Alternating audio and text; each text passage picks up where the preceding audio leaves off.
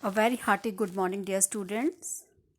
Now, children, you open to Unit 5 and Chapter 9 of Civics book. The chapter is Public Facilities. Now, children, in this chapter 9, I am going to tell you about the basic facilities which are provided by the government, the primary facilities which are provided by the government, that is the water, home, education, primary health centers and all. So in this chapter, children, I am going to deal with the water which is provided by the government of our country. And you can see over here that Amu and Kumar, they are traveling through Chennai in a bus. And when they go around the city, they observe the water facilities which are available in different parts of the city. This is Anna Nagar. In Anna Nagar, you can see the condition, how the water is used over here. They are washing their car and all. In the second one, that is the Sedapet. In Sedapet, you can see the amount of vessels which are queued up here near the tap water, a common tap water which is provided in the town over there.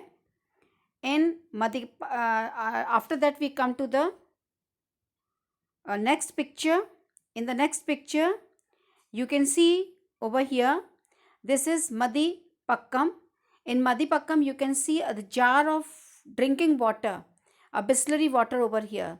That means here the people, they are not provided with the clean water and they are having the Bisleri water used as a drinking water in the house. In Mylapore, you can see here a water tank is there in the slum area where they get a water tank to fill up the needs of the drinking water over there. Now, from all these pictures, you must have drawn a visionary idea about what the condition of water which prevails in Chennai. Now, you have seen the four situations illustrated above. That there are four situations. There is Mylapore, then Madipakkam, and after that we have Saidapat and we have Anna Nagar. In all these four illustrations, four pictures, in situations above, what impression do you get of the water situation in Chennai? Okay, what impression do you get? That somewhere the people are wasting their water, somewhere they are not provided with the clean water, in some areas there is total of water scarcity where the water tank is provided over there. Now point out the various sources of water for household use from the description alongside. Now what are the various sources of water? Now in Mylapore, you can see they have water tank. In this they have commercialized water over here, and in this one they are having water from the taps, common taps over here. And in this you can see the supply of water in their houses where they are using the water to clean the car. So these are various sources of water provided over here. What in your view is similar and what is different in Subramaniam's and Padma's experience? And write a paragraph describing the water supply situations in your area. You can write about how the water is supplied in your area. Okay, you can write a paragraph on it. Why does water flow in a trickle in summer in most places in India? You have to find out this also. Why the water trickles in most part of the area, especially in the summer season. Okay, discuss. Is there a general shortage of water for everyone in Chennai? Can you think of two reasons why different people get varying amounts of water? Now, in order to answer these questions, I am going to start with the chapter over here. Water and the people of Chennai. Now, senior government officials like the civil servants and all the administrative officers and all those are working in the government offices, like Ram Gopal, they live in Anna Nagar, Chennai. You can see the condition of Anna Nagar over here. So Ram Gopal, he's an administrative officer. Ram Gopal lives in Anna Nagar over here. It is a posh locality of Chennai. Now this area looks lush and green with lawns, okay, which are maintained by the generous spraying of water in a lushy green area, जहाँ पर पानी जो है spray किया जाता है इनके पेड़ों के ऊपर. They have bungalows where the tap waters are there for the major part of the day. पानी आता है उनके tap में. On days when the water supply is inadequate, Mr. Gopal speak to the senior officials whom he knows at the municipal water board. Municipal water board सब जगह होता है. जिस दिन पानी नहीं आता है, राम गोपाल डायरेक्ट जो है उन लोग से बात करते हैं और उनके घर के लिए क्या होता है, फटाफट वाटर टैंक आ जाता है, because he is a government officials. Now, there are other more areas in the cities like Subramaniam's apartment in Mylapore. I have shown you Mylapore also here, over here. Okay, Mylapore is here. You can see Mylapore over here. This is Mylapore, where water tank is there. So, in most areas of the cities, Subramaniam's apartment is in Mylapore. Here there is a water shortage, and here the water which is provided in this part of the city is provided by the municipal water bodies once in 2 days. 2 दिन में एक बार पानी जो है municipal भेजती है. Private borewells meet some of the residents water needs. ठीक है, प्राइवेट बोरवेल्स होते हैं सब क्या कुछ लोगों क्या होते हैं बोरवेल का जो वाटर होता है इट इज़ ब्रैकिश, इसलिए जो वहाँ के रेसिडेंट्स होते हैं वो इस पानी को किसके लिए यूज़ करते हैं, टॉयलेट्स के लिए या वॉशिंग पर्पस के लिए. For other users water is purchase from the tanker. So ये आप देख रहे हो यहाँ पे टैंकर हैं, टैंकर से देखिए पानी खरीदते हैं यहाँ के लोग जो इस एरिया में रहते हैं. बाकी जो पानी जो बोरवेल से आता है वो टोटली गंदा आता है और सुब्रमण्यम को जो है करीब महीने में 500 to 600 रुपीज़ खर्च करना पड़ता है पानी खरीदने के लिए टैंकर से. सो drinking water residents have installed water purification systems in the towns. और यहाँ के लोगों ने अपना अपने घर में आरओ लगवा रखे हैं. तो this is also one burden on them. Now in the next Madipakkam I have shown you here. This is Madipakkam. You can see a house over here जहाँ पे वाटर जा रहे हैं. So in Madipakkam Shiva lives on the rent on the first floor of the house in Madipakkam. ठीक है, वहाँ पे शिवा रहता है, फर्स्ट फ्लोर में रहता है और वंस इन 4 days 4 दिन में एक बार पानी आता है. Shortage of water is one major reasons why Shivaj can't bring his family to Chennai. और पानी की कमी के कारण शिवा अपनी फैमिली को चेन्नई नहीं ला पा रहा है. फॉर ड्रिंकिंग शिवा को बॉटल्ड वाटर खरीदना पड़ता है. Now in the next region you can see in Saidapet. Saidapet I have shown you here. This is Saidapet. Okay, ये सैदापत एरिया है. You can see here Padma यहाँ पे रहती है इस एरिया में.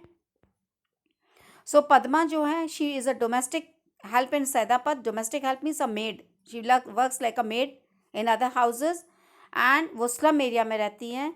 उसको रेंट देना पड़ता है 650 for the hutment which has neither a bathroom nor a tap connection. जहाँ पे वो रहती है स्लम एरिया में, ना तो उसके घर में बाथरूम है ना टैप कनेक्शन है.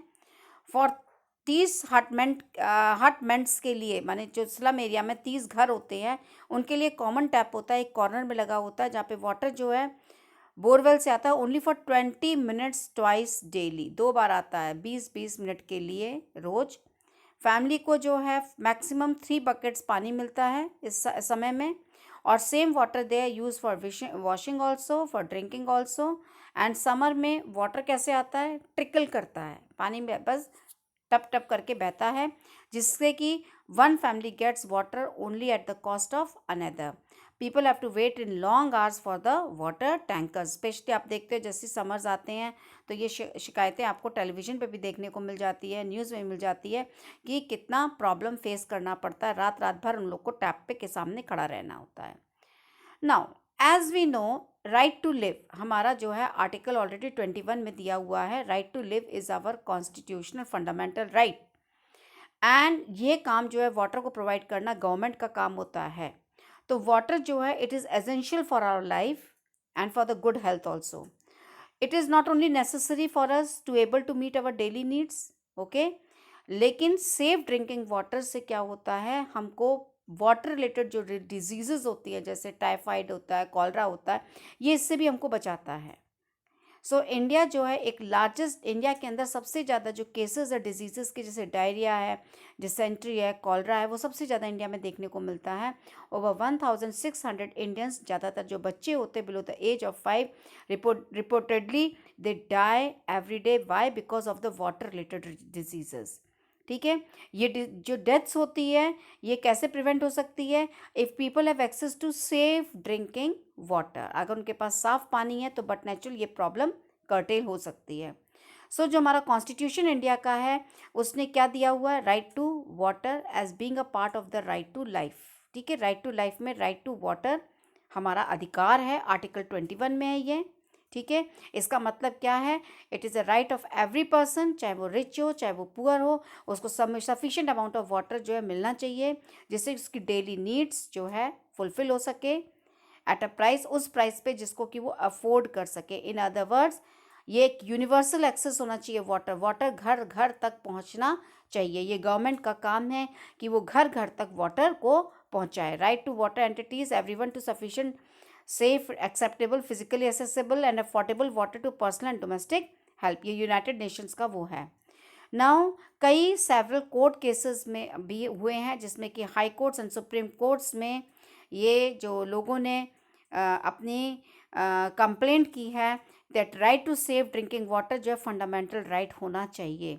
और मोर रिसेंटली 2007 में आंध्र प्रदेश हाई कोर्ट ने जो है उसने रीस्टेट किया इसको, जब उन्होंने केस एक लेटर रिटन, जो एक विलेज जो महबूब नगर का था, डिस्ट्रिक्ट का एक गांव का व्यक्ति जो महबूब नगर डिस्ट्रिक्ट आंध्र प्रदेश में रहता था, उसने जब ये कंप्लेंट की किसकी, on the contamination of drinking water, कि वहाँ के पानी जो है वो कितना ख़राब है मिल रहा है पीने के लिए। विलेजेस की कंप्लेंट पे क्या हुआ था, विलेजेस की कंप्लेंट पे क्या हुआ था कि टेक्सटाइल कंपनी उस समय वहाँ पे जो पॉइजनस केमिकल्स वहाँ के स्ट्रीम में फेंक रही थी, गंदा पानी जो फेंक रही थी अपने गांव में कंटेमिनेट, जिससे कि ग्राउंड वाटर कंटेमिनेट हो रहा था और वो उनके इरिगेशन और ड्रिंकिंग वाटर के लिए यूज़ था। तब इसके ऊपर जो है उन्होंने आवाज़ उठाई। सो जजेस ने महबूब नगर के लोगों को, डिस्ट्रिक्ट कलेक्टर को जो है बोला कि वो 25 लीटर्स ऑफ वाटर जो है हर पर्सन को गांव में दे। ठीक है, सो अब आता है हमारी पब्लिक फैसिलिटीज़। तो इस तरह से हमारा वाटर फैसिलिटीज़ जो है हमारा राइट है, हमको गवर्नमेंट को प्रोवाइड करना है और पानी साफ़ होना चाहिए, कंटेमिनेटेड नहीं होना चाहिए। So what is public facilities, water की तरह से और भी एसेंशियल फैसिलिटीज़ हैं जो कि हर आदमी को मिलनी चाहिए।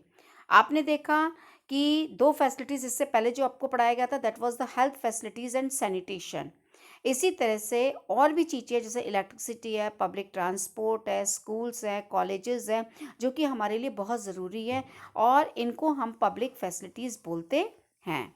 ठीक है, so the important characteristics of public facilities that once it is provided its benefit can be shared by many people. अगर ये पब्लिक फैसिलिटी एक बार मिल जाती है तो इसका बेनिफिट हर व्यक्ति उठाता है। फॉर इंस्टेंस अगर एक स्कूल खोल दिया जाता है गांव में, इससे स्कूल के कई बच्चे एजुकेट हो जा सकते हैं। इसी तरह से अगर इलेक्ट्रिसिटी एक एरिया में सप्लाई होती है, ठीक है, जो कि कई पीपल के लिए यूज़फुल हो जाती है, फार्मर्स जो अपने पंप सेट चला सकते हैं इरीगेशन के लिए, पीपल अपने स्मॉल वर्कशॉप्स खोल सकते हैं इलेक्ट्रिसिटी के द्वारा, स्टूडेंट्स को भी इजी हो जाता है पढ़ने के लिए, एंड पीपल जो गांव में रहते हैं उनको भी सबसे ज़्यादा बेनिफिट होता है। ठीक है, नाउ अब इसमें गवर्नमेंट भी बहुत इम्पॉर्टेंट रोल प्ले करती है। गवर्नमेंट का मेन काम होता है पब्लिक फैसिलिटीज़ प्रोवाइड करना। सो till here children, read it about the public facilities, about the water situations and all. Now after that we'll continue further in my next video about the government's